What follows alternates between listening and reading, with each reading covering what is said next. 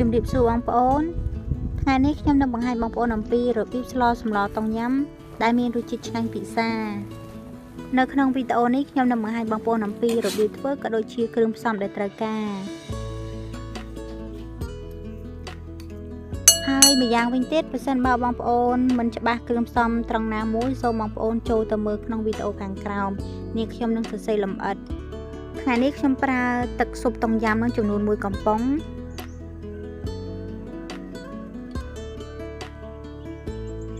ហើយនឹងប្រើម្សៅ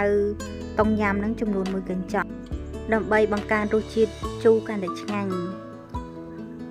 ហើយនេះគឺជាទឹកស៊ុបដែលខ្ញុំបានចាក់ពីកំប៉ុងហើយបន្ថែមគ្រឿងកាត់ឆ្អាបដូចជាស្ក្រោយរំដេងម្ទេសហើយនិងក្រូចឆ្មា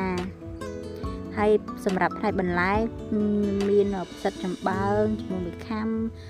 ហើយនឹងខ្ទឹមបារាំងចំនួន1ផ្លែហើយនឹងប៉េងប៉ោះតូចៗនោះចំនួន1ខាំផងដែរហើយដើម្បីឲ្យសម្លយើងកាន់តែឆ្ងាញ់នោះយើងត្រូវបន្ថែមជីវែងស្លឹកខ្ទឹមបន្ថែម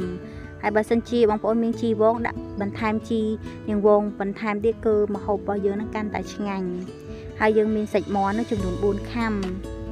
សាច់មាន់បងប្អូនទាំងគ្នាអាចហាន់ទូចឬក៏ធំអាស្រ័យទៅលើចំណង់ចំណូលចិត្តគ្រឿងផ្សំយើងមានប៉ុណ្ណឹងតោះឥឡូវយើងទៅដាក់ដាំទឹកចំនួន2លីត្រឲ្យពុះសិនមកយើងដាំទឹកឲ្យពុះក្តៅល្អបន្ទាប់ពីទឹកយើងពុះក្តៅល្អហើយយើងធ្វើការចាក់គ្រឿងយើងចូលហ្នឹងមានស្ក្រោយរំដេងនិងម្ទេសហ្នឹងចាក់ចូលទៅហើយបន្ទាប់មកគឺយើងបង់គ្រឿងតុងញ៉ាំយើងហ្នឹងចូលទៅមួយកញ្ចប់ហ្នឹងគឺយើងបង់ចូលទៅ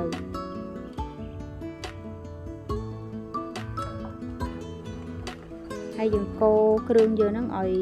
ឡើងរលាយសព្វជាមួយនឹងទឹកយើងនឹងមកហើយយើងធ្វើការដាក់អំបិលចំនួន1ស្លាបព្រាបាយ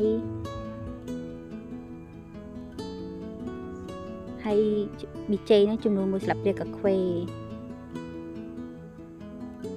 ហើយបន្ថែមស្ករសហ្នឹងចំនួន1ស្លាបព្រាបាយហើយនឹងលួចទឹកត្រីនោះ1ស្លាបព្រាបាយដែរដើម្បីឲ្យទឹកសម្លរបស់យើងហ្នឹងកាន់តែមានរសជាតិឆ្ងាញ់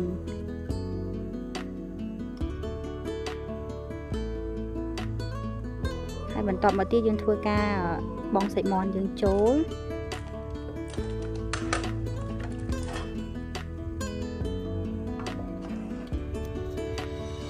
ហើយខ្ញុំបញ្ជាក់ជូនមុនបង់សាច់មាន់ចូលបងប្អូនទាំងអស់គ្នារងចាំឲ្យទឹកពុះសិនសូមដាក់សាច់មាន់ចូលដើម្បីឲ្យកុំឲ្យឆ្អាបទឹកសម្លរបស់យើង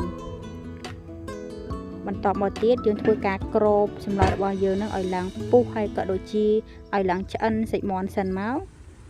ចាបន្ទាប់ពីសម្លរបស់យើងបានឡើងពុះឡើងខ្ជុលតែម្ដងហើយយើងធ្វើការចាក់ទឹកស៊ុបយើងចូលទឹកស៊ុបតុងញ៉ាំហ្នឹងបងប្អូនបើសិនបើបងប្អូនអត់មានក៏អត់ដាក់ក៏អត់អីដែរបន្ទាប់ពីទឹកតុងញ៉ាំយើងបានដាក់ហើយយើងឲ្យធ្វើការដាក់បន្លែទាំងអស់ចូលតែម្ដងទៅ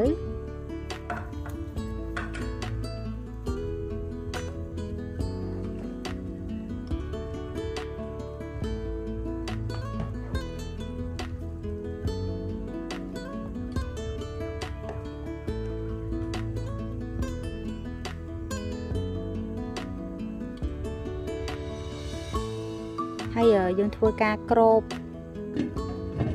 បន្លែយើងនឹងឲ្យឡើងមួយអំពុះទៀតមកពេលនេះយើងបន្លែរបស់យើងចាប់ដាំទុនហើយយើងអាចចាប់ដាំភ្លក់បានខ្ញុំភ្លក់ទៅឃើញថាសម្លរបស់យើងរៀងស្ទើរជូរបន្តិចដូច្នេះហើយខ្ញុំថែមក្រូចឆ្មាចំនួន1ផ្លែថែមចូលដើម្បីឲ្យសម្លរបស់យើងហ្នឹងកាន់តែជូរបន្តិចពីព្រោះសម្លតុងញ៉ាំនេះយើងរករសជាតិរបៀបជូរ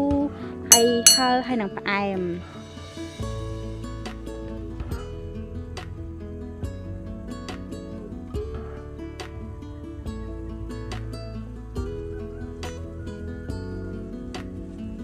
ហើយចុងក្រោយគឺយើងគ្រាន់តែបន្ថែមជីវែង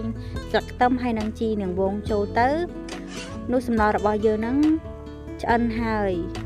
បងប្អូនទាំងអស់គ្នាអាចភ្លក់ម្ដងទៀតទៅតាមចំណង់ចំណូលចិត្តបាន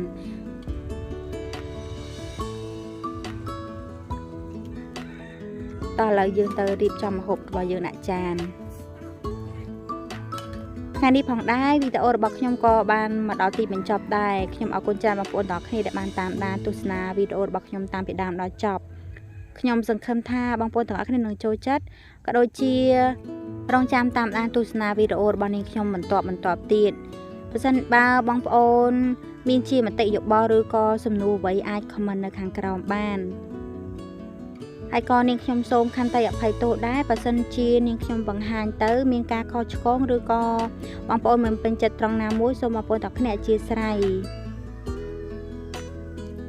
ម្ដងទៀតជាចុងក្រោយនាងខ្ញុំសូមអរគុណបងប្អូនទាំងគ្នាម្ដងទៀតហើយបើសិនជាបងប្អូនមិនទាន់បានជួយចុច like ក៏ដូចជាចុច share ទេសូមបងប្អូនទាំងអស់គ្នាជួយចុច like ក៏ដូចជាចុច share វីដេអូរបស់នាងខ្ញុំឲ្យបានច្រើនផងណាសម្រាប់ការបង្ហាញរបស់នាងខ្ញុំក៏បានមកដល់ទីបញ្ចប់ដែរអរគុណច្រើនបងប្អូនទាំងអស់គ្នាជូនពរពុកម៉ែបងប្អូនទាំងអស់គ្នាសុខភាពល្អសំណាងល្អរកស៊ីមានបានអាយុយឺនយូរអរគុណច្រើនជម្រាបលាបាយបាយ